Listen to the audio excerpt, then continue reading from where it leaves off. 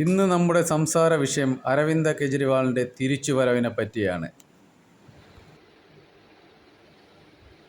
ഇന്ന് നമ്മുടെ ഇന്ത്യയിലെ ഏറ്റവും പ്രധാനപ്പെട്ട വാർത്തയിലൊന്നാണ് ആം ആദ്മി പാർട്ടിയുടെ നേതാവും ഡൽഹി മുഖ്യമന്ത്രിയുമായ അരവിന്ദ് കെജ്രിവാൾ ജയിൽ മോചിതനായിരിക്കുന്നു.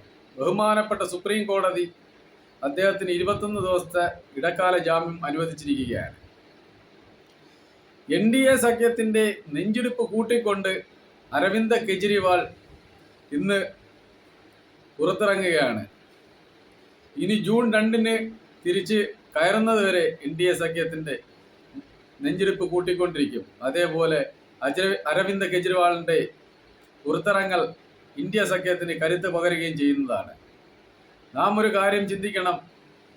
NDA സഖ്യം അരവിന്ദ് കെജ്രിവാളിനെ അന്വേഷണ ഏജൻസികളെ കൊണ്ട് ഡൽഹി മുഖ്യമന്ത്രിയെ മദ്യനയ കേസിൽ അകത്താക്കുമ്പോൾ അവർ ഉദ്ദേശിച്ചിരിക്കില്ല അരവിന്ദ് കെജ്രിവാളിന് ജാമ്യം ലഭിക്കുമെന്ന്. അരവിന്ദ് കെജ്രിവാൾ ഇപ്പോൾ പുറത്താണ്. 4ാം ഘട്ട തെരഞ്ഞെടുപ്പ് 4ഉം 5ഉം ഘട്ടങ്ങൾ ബാക്കി നിൽക്കെ അരവിന്ദ് കെജ്രിവാൾ പുറത്തു വരുന്നത് ഇന്ത്യ സഖ്യത്തിന് മുതൽക്കൂട്ടാകുക തന്നെ ചെയ്യും.